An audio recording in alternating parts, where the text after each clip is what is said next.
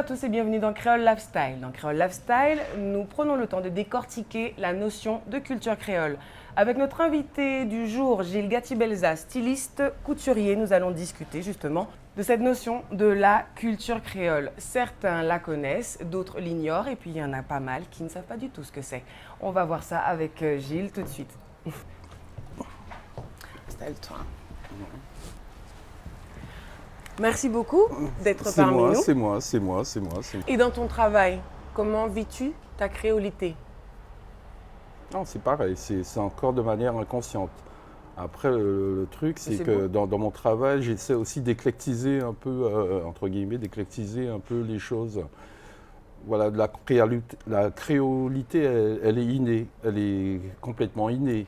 Donc après, le truc, c'est de voyager sans prendre l'avion, d'aller voir un peu d'autres horizons. Tout à fait. Comment ça se passe en Sibérie, comment ça se passe en Argentine, comment ça se passe au Japon, comment ça se passe en Sierra Leone. Et voilà, de voyager de manière inconsciente sans prendre l'avion. C'est bien que tu parles de cette notion de voyager sans prendre l'avion. Parce que là, je vais te demander comment toi, tu vis ta créolité quand tu es à l'étranger. Quelle est ta manière... Enfin, ouais.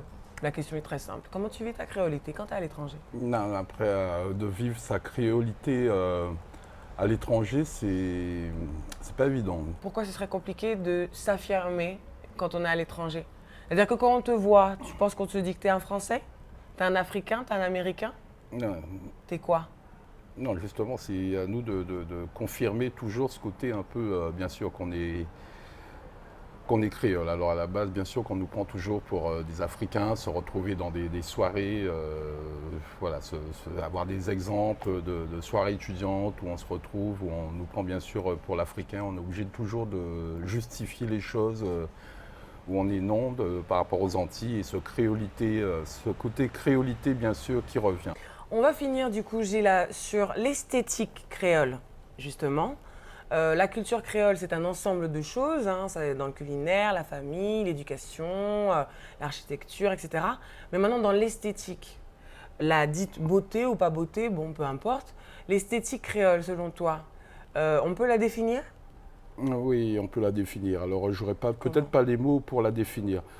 Ce qui est bon à voir, par contre, la femme et l'homme, bien sûr, mais la femme créole, se porter de tête.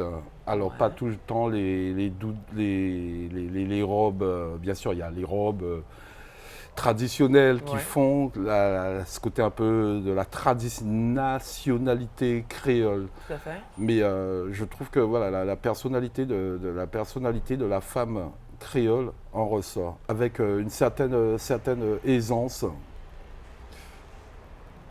une certaine volupté.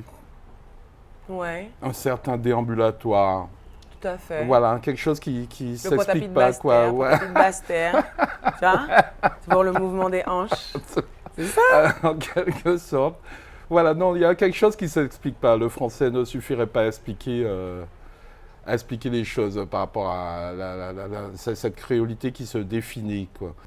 Qu'est-ce que tu en penses dans cette esthétique? On a ce choix. C'est-à-dire que si je choisis, moi, demain, de m'habiller en hôtesse de l'air très occidentale avec un chignon haut sur la tête, comme si j'étais une danseuse étoile, et puis après, je décide de m'habiller avec un sari ou avec une tenue très indienne, puis je mets mes pieds par terre, avec un bijou de pied, je suis toujours la même personne, je suis julienne. Absolument. Et je suis créole. À ce moment-là, façon de parler. On se comprend? On se comprend. J'ai mis les mots dessus? Oui, absolument. Parfait. Merci de nous avoir suivis, c'est tout pour aujourd'hui. On se retrouve au prochain numéro.